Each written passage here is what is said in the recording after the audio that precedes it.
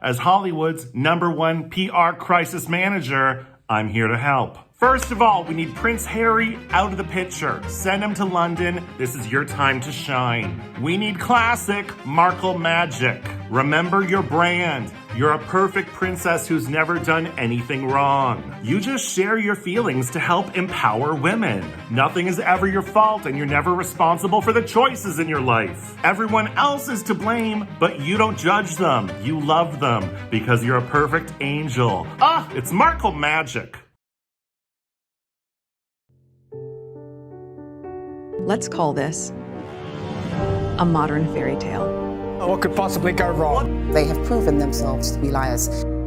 Why are they talking about race? How you don't have your daddy at your wedding? I want to be near them. I want to be a part of their life. What you're doing to your father's not right. She wanted her privacy invaded.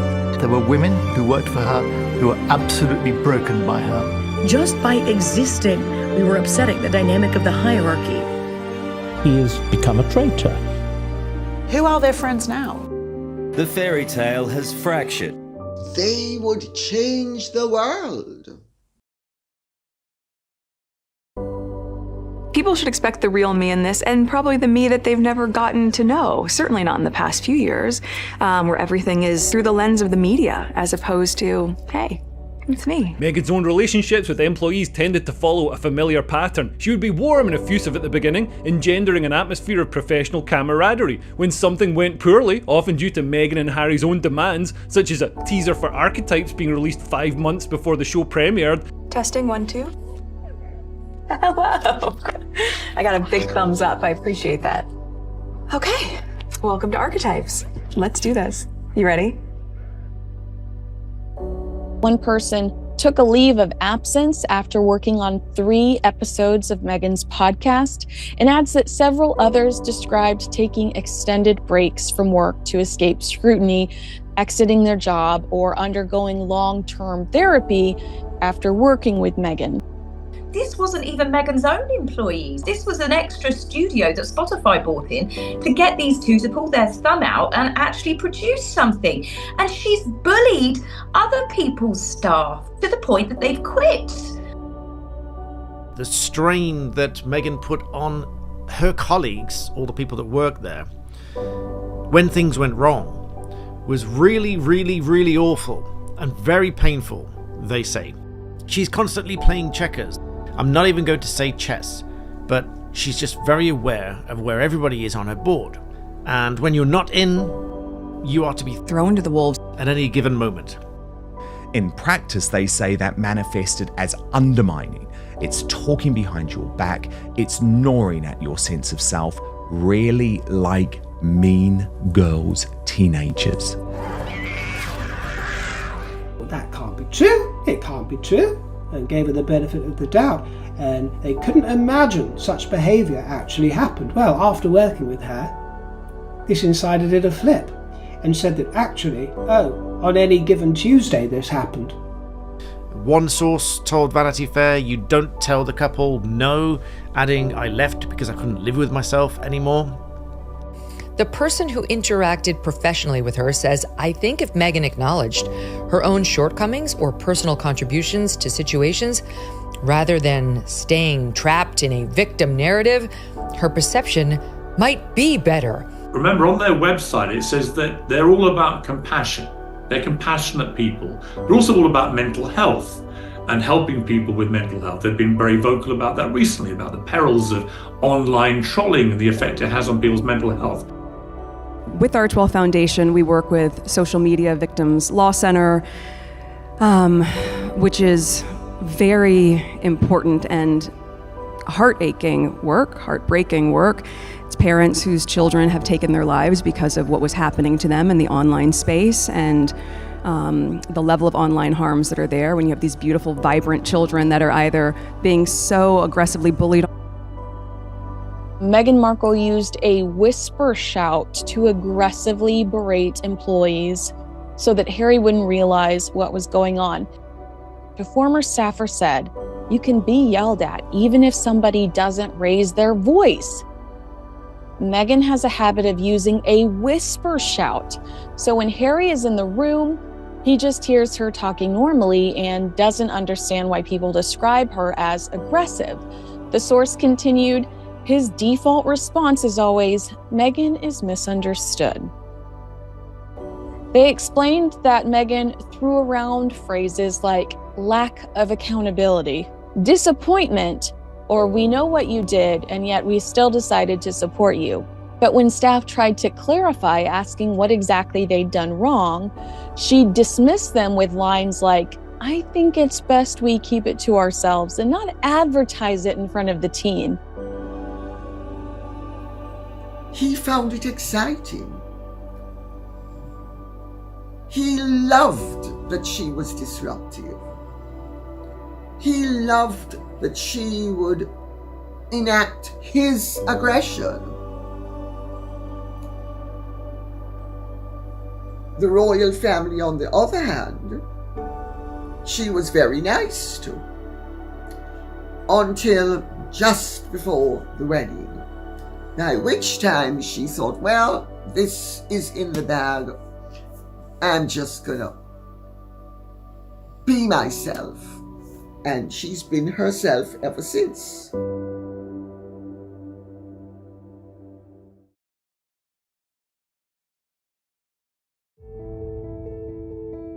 I was a big nerd growing up. This is like an important part that people don't understand about me. Like, I was not the pretty one. My entire identity was wrapped up in being the smart one. Well, so what you're saying is our understanding that you now are the pretty one. So she's going, look, I'm really pretty. And so it wouldn't be easy for you to understand that actually I'm really smart and always have been. I still see myself as the same that I've always been. We can be the people we talked about being. What matters is what we have on the inside. The most important thing Meghan needs you to remember is that she's beautiful on the inside, okay? They say it in this episode no fewer than 6 times. You know what it is? She's beautiful on the inside. Yes. She's That's beautiful inside. She's beautiful on the inside, all cake. this. Beautiful I love on the that. inside. I love that. A cake that is bare on the outside, but she's so beautiful on the inside. And you just don't know how good she is until you go deep. Yeah. And you get to know her better. Don't pass that judgment. I know. No one knows your business till you cut them open. It's the beautiful on the inside cake.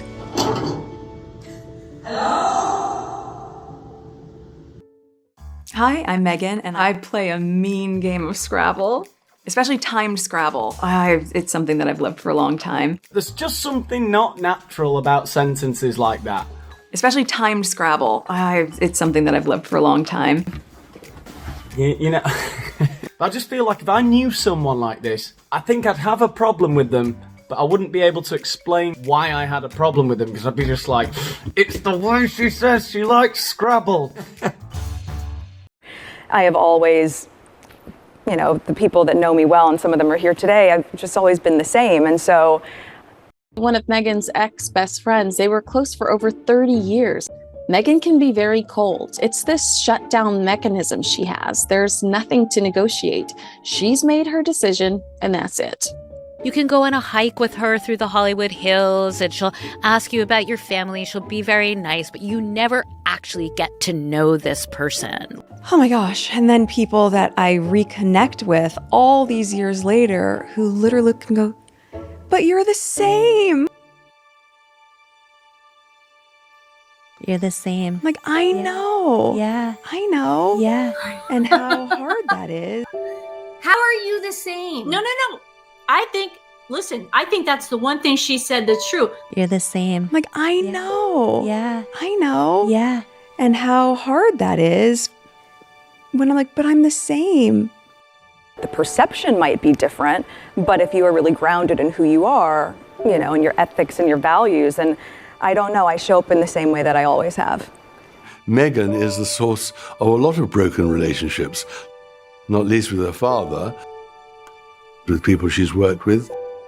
Meghan is not a healer for many relationships unless it's in her interest.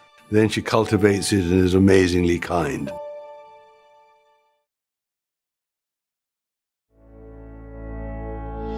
I've always been a hard worker.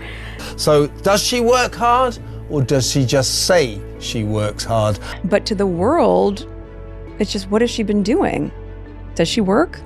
Well, according to their tax documents, they work 1 hour a week.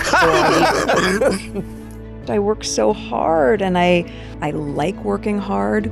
Typically, though, I would just, take it easy during the day, maybe do a facial, and then trust your team to transition you into Cinderella. It feels a bit like Cinderella. She's permanently doing the Disney face. It's like her face is permanently declaring innocence. In fact, maybe that's the hard work she's talking about. Hard work is get up in the morning, get to 7 o'clock, getting to a factory or a shop and working for 10 hours on your feet, coming home knackered.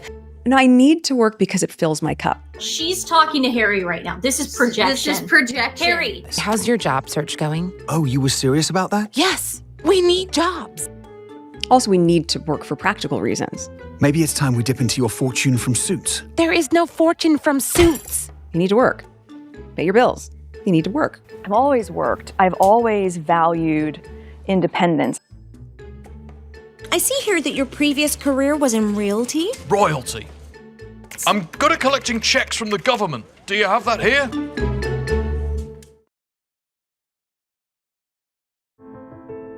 One anonymous source in Vanity Fair said, "She gave us skincare products and dog leashes, yes. But when something went wrong, you were invisible. You didn't exist anymore." Well, we know that there are lots of invisible people in Meghan's life. I mean, falling out with one family could be forgiven, but if you fall out with Harry's family, your own family, your staff, your neighbours, Hollywood, your business partners, it starts to look like the problem might be you, Meghan. And of course, her own father, Thomas Markle, who hasn't even met his grandkids. So he knows all about not existing anymore. In summary, Meghan embodies the archetype of Hollywood hypocrisy, preaching values she doesn't practice herself while leveraging made-up victimhood and privilege to maintain relevance. But mainly, we hate her because she ruined Harry. She did to the royal family what Yoko Ono did to the Beatles.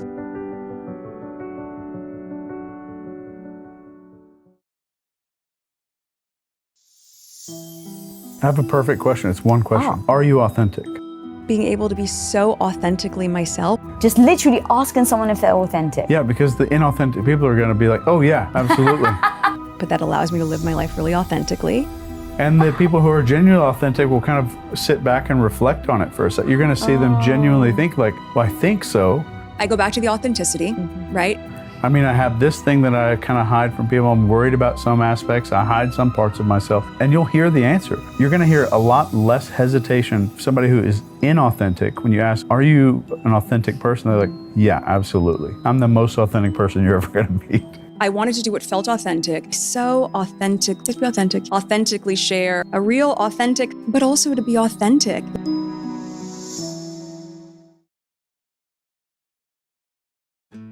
They love gay people in the States, and they're going to be so much nicer to serve. There's no class system in America. We'll become friends. They might invite us for dinner. They didn't understand me. It was a cultural clash when I was a member of the royal family. British people just aren't hard-working enough. They don't have a Hollywood American work ethic. I'm head of the associates. If I give you an assignment, you do it. And the thing that's so troubling about that statement, they didn't understand me. I would say she didn't understand them. She's fallen out with the media. Anna Peel spoke to dozens of sources connected to the duo who labelled the Sussexes as the most entitled, disingenuous people on the planet. Meghan has a history of treating people badly. So the trouble is that the turnover of staff in Kensington Palace, as they all left because of Meghan, seems to be replicated in Montecito. You constantly read of Meghan's staff in California resigning or retiring or leaving and being replaced or not being replaced. She seems to have an ability to get through her staff with extraordinary speed. And, the key thing that I think needs to be focused on is that it's not a zero-sum game. They've lost 18 people that we know about. And if they've really lost 18 people, which doesn't actually surprise me, well, then I think it's their fault. Global Press Secretary, departed in 2022. By the way, what a grand title for the Sussexes. Global Press Secretary. Do you think anyone cares what they've got to say, let alone the world? Josh Kettler, Chief of Staff. Again, what is this? The White House? Chief of Staff. It sounds like they're running for office. He's the couple's Chief of Staff. How long do you think he survived, this poor bloke, this grown man? Just after 3 months, their Chief of Staff has quit. This is a reoccurring theme that's happened. In fact, another one is sort of the common catchphrase. No one quits literally on the eve of a huge PR trip. You don't do that unless there's actual problems. He left of his own volition. He couldn't take it anymore.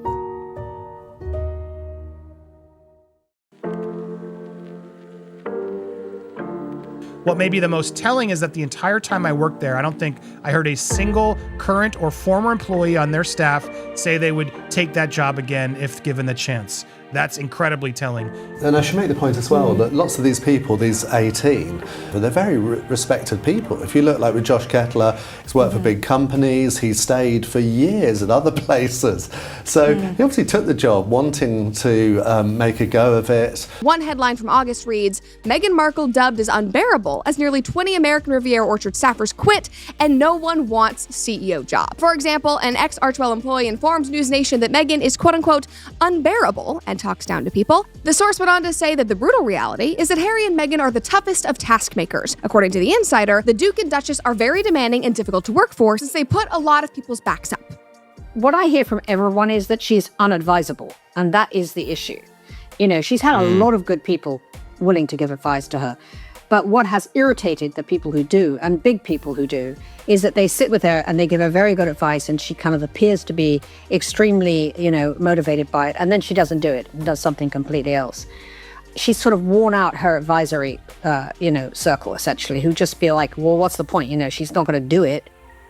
And then guess what, guys? Just this week, the news broke that now Meghan Markle has just appointed herself to be CEO of American Riviera Orchard because they couldn't find anyone else to take the job. The only possible assistant to my assistant is me.